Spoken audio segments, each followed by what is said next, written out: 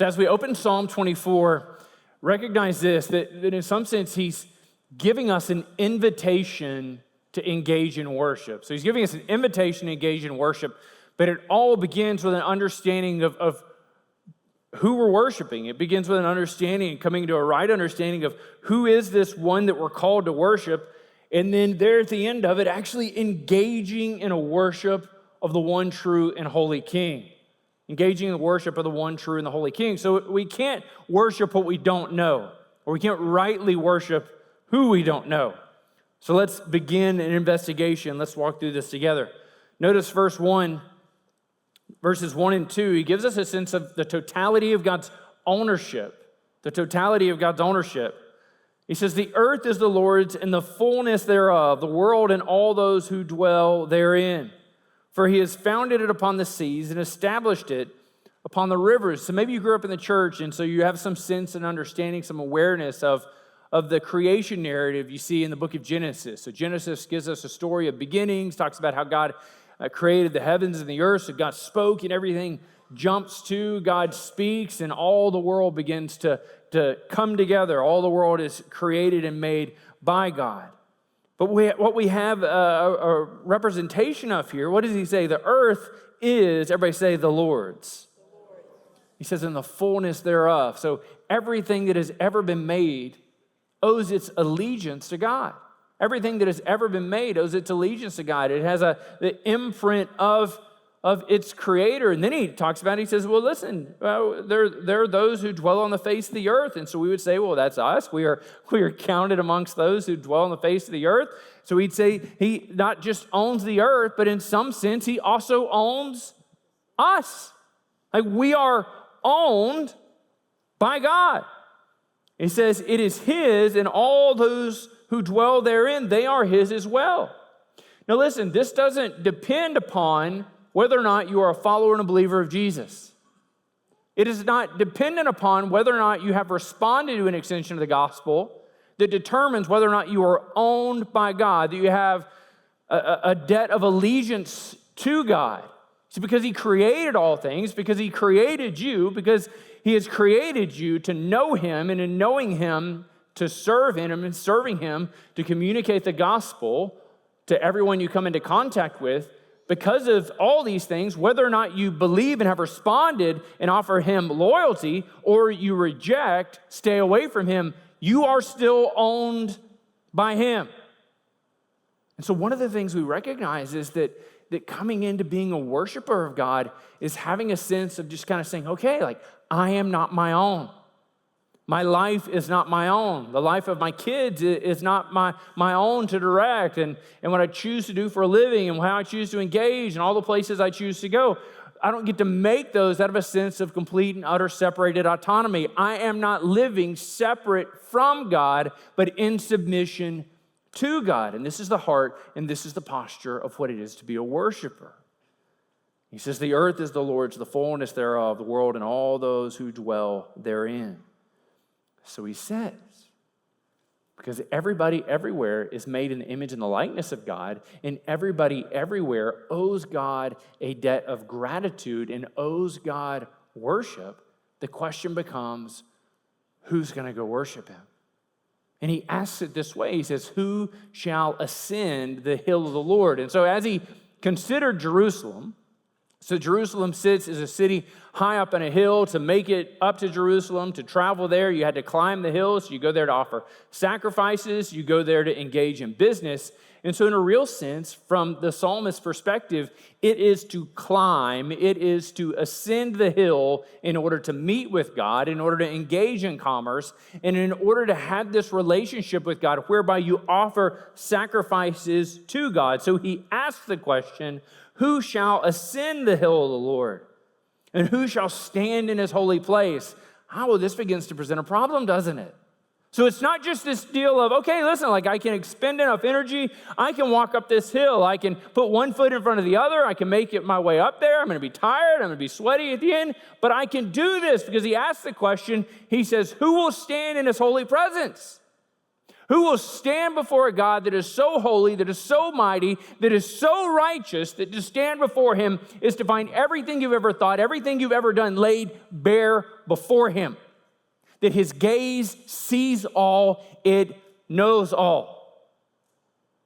It should begin to people say, I thought this was just like a hike. Like I thought I was just going to go up the hill. Now you're telling me I have to stand before a holy God? Well, I'm not so inclined to do that. And so we recognize that it takes a level of preparedness. Listen to what Spurgeon said, Charles Spurgeon. He says, there should be some preparation of the heart in coming to the worship of God. There should be some preparation of the heart in coming to the worship of God and to the hearing of the gospel. Consider who he is in whose name we gather. And surely we cannot rush together without thought. Consider whom we profess to worship, and we shall not hurry into his presence as men run to a fire. So Spurgeon looks at it. He's preaching in London, and he has this basic statement. He says, listen, when we think about worshiping God, there should be something of a pause of our engagement. There should be something that just kind of causes us to stop, to take an assessment of where we are before God, that considers who he is and who we are, that considers his holiness, that evaluates the effects, the ravages of sin upon our life this last week, this morning. There should be something decidedly different about the way we rush out on a Sunday morning to head to church than the way we scramble and get our kids together for the first day of school, right? There should be something decidedly different about the way we engage and we head to church. We should have a sense of expectation. We should have a sense, I think, something in our lives, something in our hearts that should drive us to self-reflection. That should cause us to evaluate, where am I? Like, where am I physically? Like, where am I mentally? Where am I spiritually before God? What does it look like this week for me to engage in faithfulness to God? What does it look like for this week for me to respond to the leading of God in reading his word, or maybe even in not reading his word? Where are you? Where are you? So one of the reasons that we've changed up the way our service is, we begin with the understanding that man, if we could just be honest, most of us, like, we're doing our level best to get here. Like you run out to the car and then you're like, I'm not dressed. So you run back in the house, you get dressed, you get back out to the car. You're like, where are my keys? You go back in, you get your keys. You sit back down in the car. You're like, I didn't get gas. Now I got to call somebody. You're running late. You're screaming down Patriot, doing 85 miles an hour. So you're going with the flow of traffic. Let's just be honest, right? You pull into the parking lot. You're rolling on two wheels, sliding around the corner, dodging Ray, missing Kalina, hitting Brian. It's okay. He bounces. Listen, and so you slide into a parking spot. You run half a mile from the main lot all the way over here. 'Cause let's be honest, there are no spots on this end of the building, right? So you come in. I got a breather. You come in just like dripping with sweat, and you walk in these doors. You sit down, and you're like, whoo, I only missed 2 songs. And whatever it is they do before them. So I'm going to catch your breath before I take a nap. This is how too many of us experience church. Now that's this ridiculous expression of this, but in a real sense, listen. In a real sense, we should wake up on a Sunday morning and say, I don't know if I'm ready to worship you. I want my heart to be ready before I get in there, before I sit, before I sing, before I lift my head to lift high the praise of Jesus. But you're going to have to do something between here and there.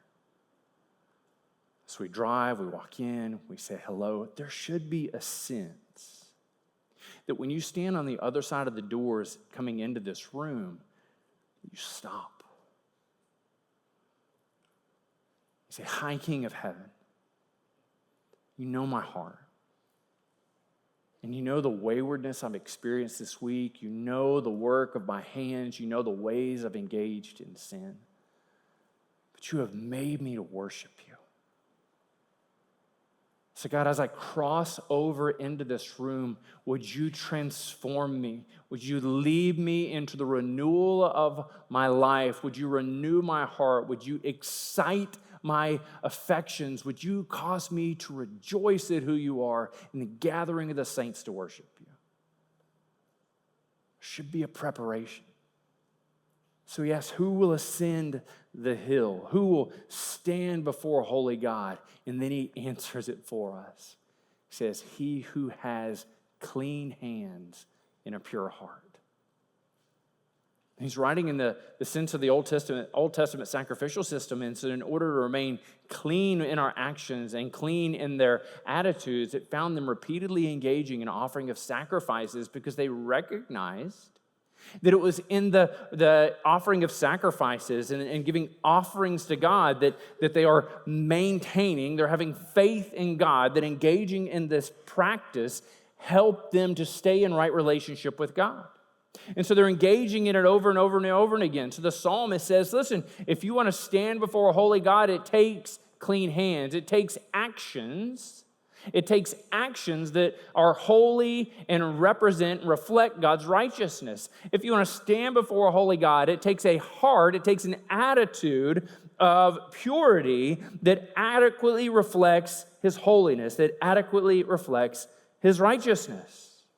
And so we would say of ourselves in reflecting, we'd say, well, listen, I know what I did on Monday, and I know how I felt about it on Tuesday, and I know how I reflected on it on Thursday.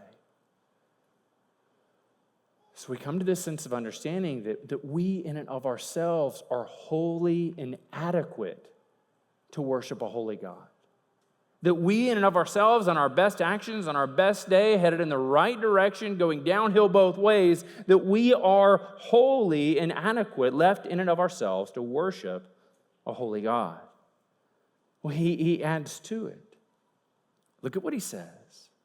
He says, who can worship him? He who has clean hands and a pure heart. Who can worship him? The one who does not lift up his soul to what is false and does not swear deceitfully. Let's begin with the idea of deceit because it's easier. So simply put, and we see a prohibition against this in Exodus 20 and verse 16, this engagement in the Decalogue, the Ten Commandments, that we're not to bear false witness, simply said, we are not to lie. We're not to lie. So who can worship God in his holiness? Who can ascend the hill? The one who speaks the truth, the one who lives in the truth. But the truth is really a difficult thing for us to engage in. The truth is really a difficult thing for us to engage in because frequently what we find is that we're moving through this process of sanitizing our actions and our attitudes. Well, yes, I did that. Yes, I slapped him. Yes, I took that, but that wasn't really my heart. Yes, I said that, but the heart, my motivation, my attitude behind this behavior was this. It was pure. It was undefiled. Recognize this. Attitude drives actions.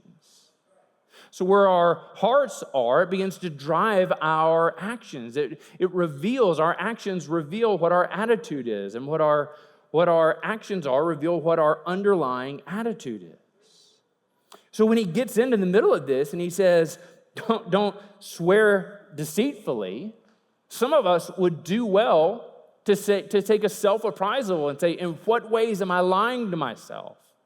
In what ways am I being deceitful and lying to myself about my attitudes? In what ways am I being deceitful and lying to myself and look at my actions and saying, listen, I know on the level that if somebody else kind of looking objectively were to see this behavior, to see this action, they'd say it's sinful, but I'm just going to tell you, I'm just doing my level best. I'm just doing my level best, and I just don't know how else to describe this. So we have this understanding that we would do well to be honest with ourselves.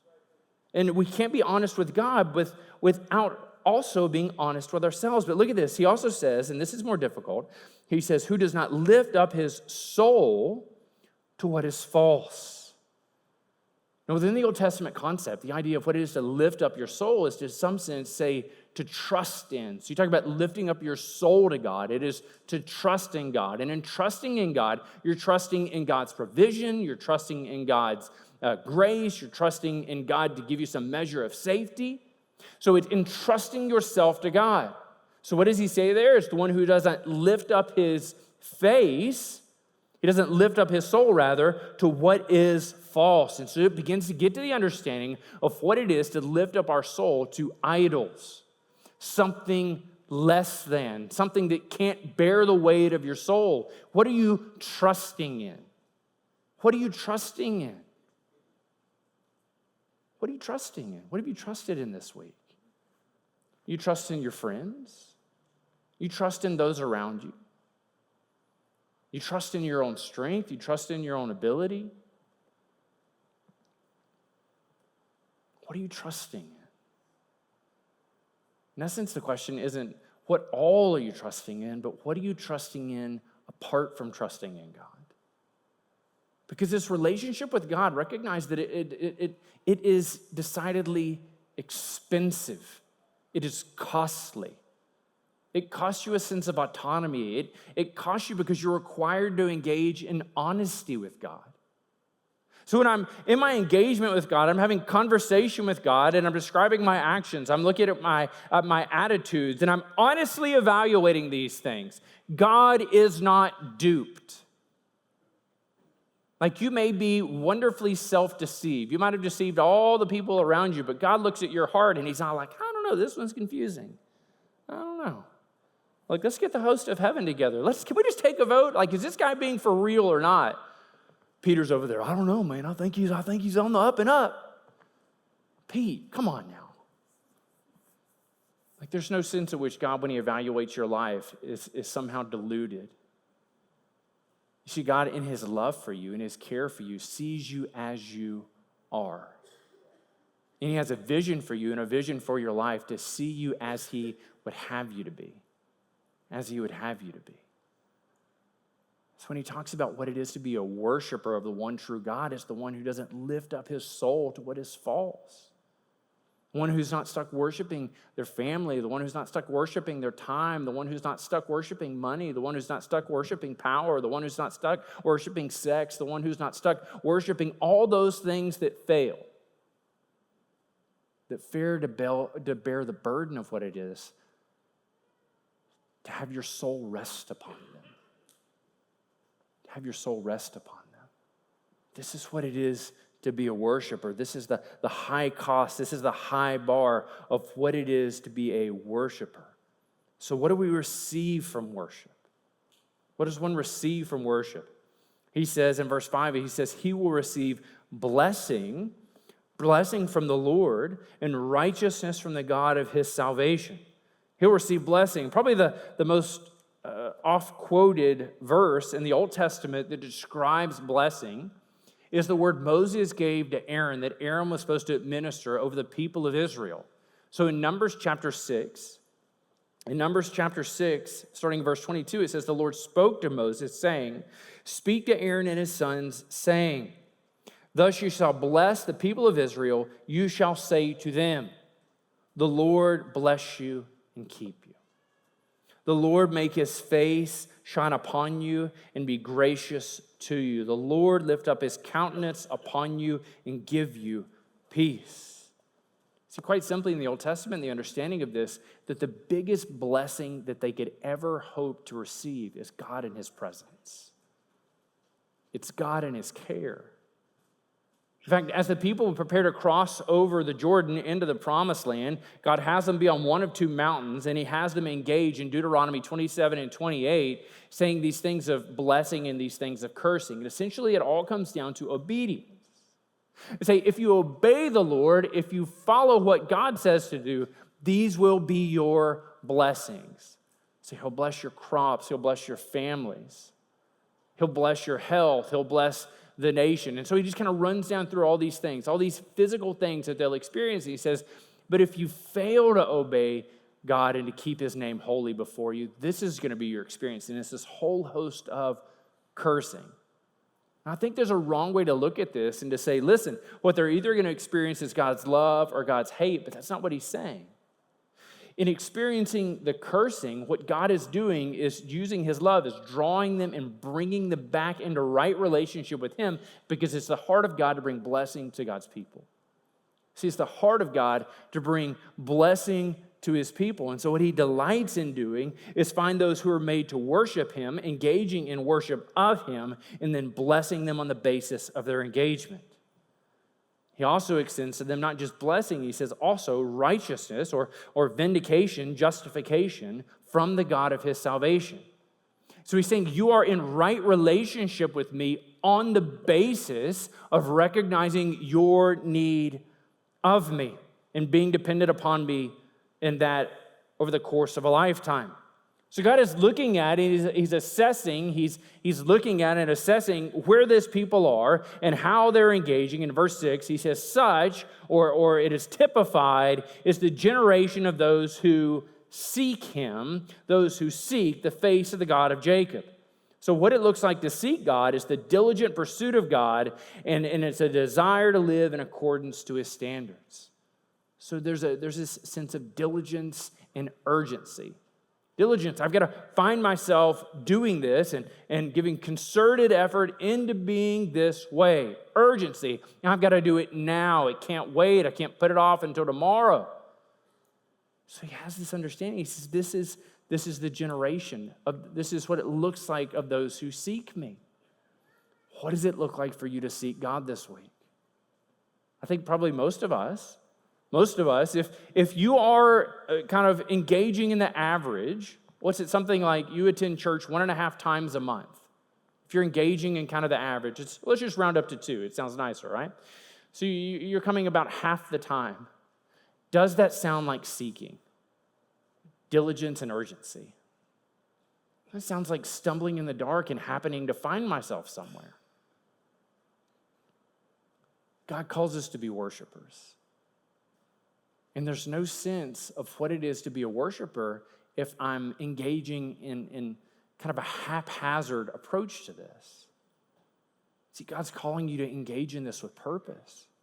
And more than just purpose, as we engage in the worship of God with purpose, it has a spillover effect to all the various areas of our life. We begin to look at and assess our relationships. What does it look like for me to be in relationship with my friends? What does it like for me to be in relationship with my family? What does it look like for me to be in relationship with the people I have a romantic interest in?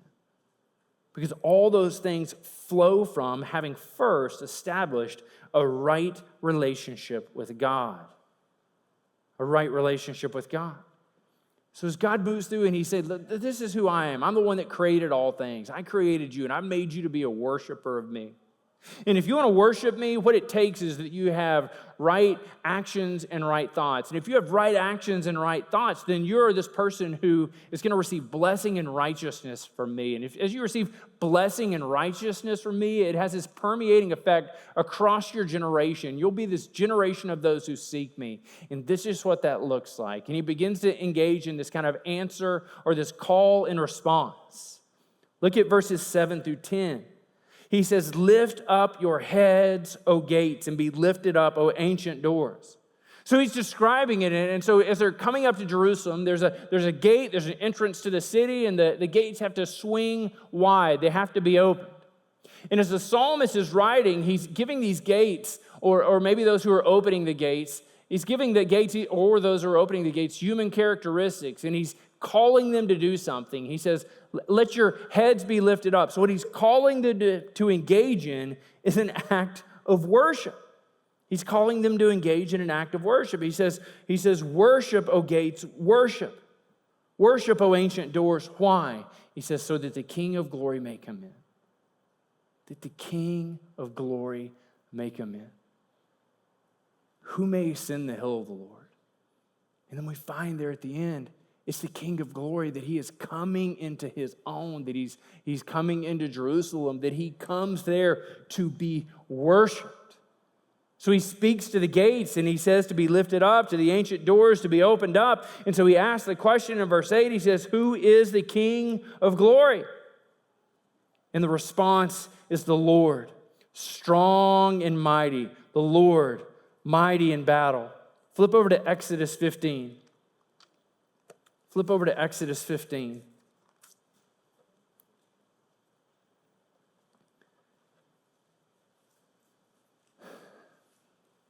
Old Testament perspective, there's no issue seeing God as being the one who's mighty in battle. They head out against the Canaanites, they head out against any enemy, and there's a sense of understanding God doesn't show up like, we might as well just stay home, just kind of hand over the property. No, come on in. Like, my house is mi casa es su casa. Like, for real now.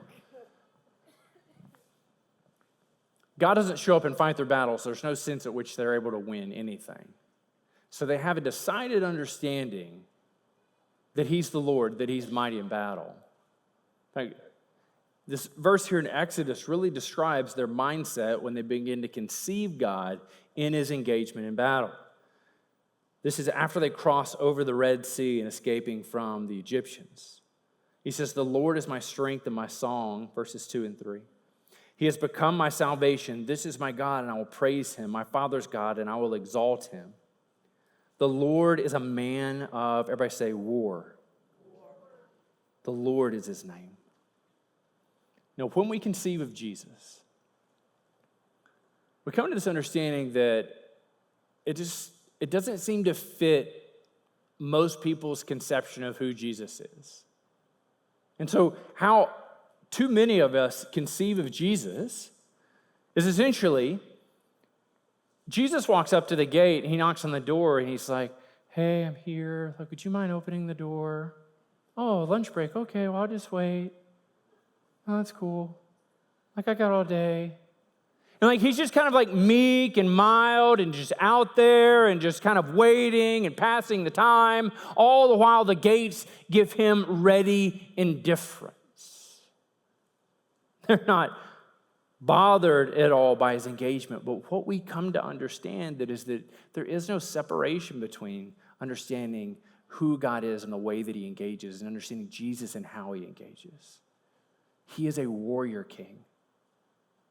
He's a warrior king that puts to death sin and death in order to redeem, to restore life, to win you back from hell and the grave, to pull you up from the clutches of death, to waken you from the stupor that sin catches you in. He wages war against hell.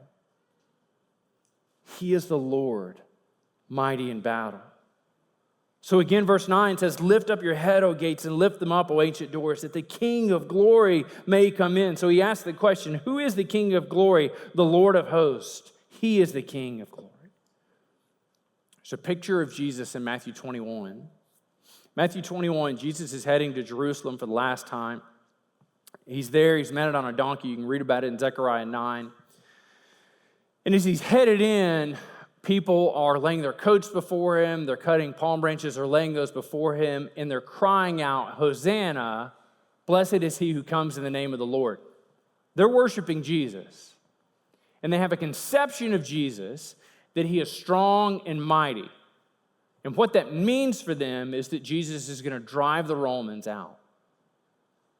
And he doesn't do it. He doesn't do it. Jesus seems to have a preoccupation with their spiritual state, and they have a preoccupation with their physical state. You see what Jesus is doing for you? What Jesus has done for all those who place their faith and trust in him is he's entered into your life. In a very real sense, what God has done is he stood at the very doorway to your life, and this declaration went out and said, gates be opened. The gates of your heart be open, your life be open before him. Engage in worship solely due to him. Why? So that the King of glory would come in. But not because you have clean hands, not because you have a pure heart, but because he makes you clean and he makes you pure. Listen to how Peter writes about it. 1 Peter chapter 2, verses 22 through 25. Peter's talking about what Christ Jesus has done. He says, he committed no sin, neither was deceit found in his mouth. When he was reviled, he did not revile in return. When he suffered, he did not threaten, but he continued entrusting himself to him who judges justly. He himself bore our sins in his body on the tree, that we might die to sin and live to righteousness. Summarily, he says, by his wounds you have been healed. For you were straying like sheep, but now you have returned to the shepherd and to the overseer of your soul. So you recognize that you read this from an Old Testament perspective, whether they're bringing in the Ark of the Covenant or they're celebrating a victory in a battle, they're dependent upon God to come in, and they prepare themselves to worship the God who who does come in, who has won the battle. But I think about my own life.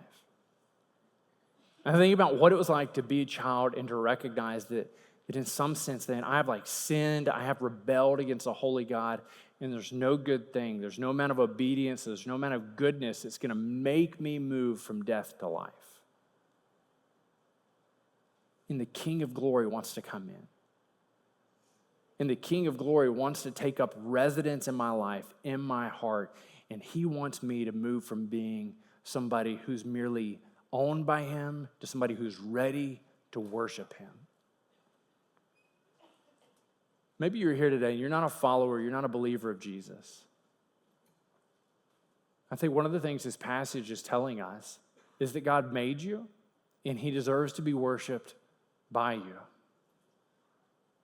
The book of Revelation says that, behold, I stand at the door and knock. But what we see in Psalm 24 is that God is there and he wants to come in. He delights in coming in because he wants to make you to be a worshiper. He wants to make you somebody whose hands have been cleaned. He wants to make you somebody whose heart's been purified. He wants to make you somebody that will only lift their soul to him. And he desires for you to be somebody who only engages in truth, and that over the course of a lifetime.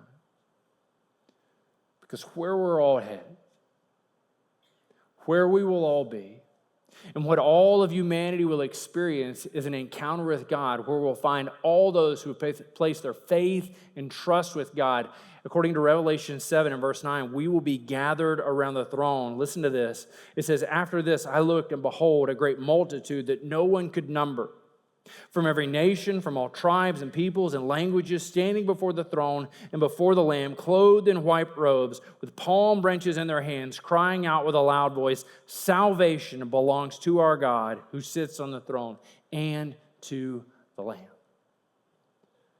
The King of Glory has come in. And he's purified our hearts, he's cleansed our hands, and he causes us to worship him. Hey guys, I hope this was a valuable resource for you as you're uncovering and discovering your role in God's story, as he delights in seeing us love him, love people, and make disciples. If you're interested in next steps, you can head over to our website, sv.church, and discover our service times and other ways to get plugged in. Look forward to seeing you there.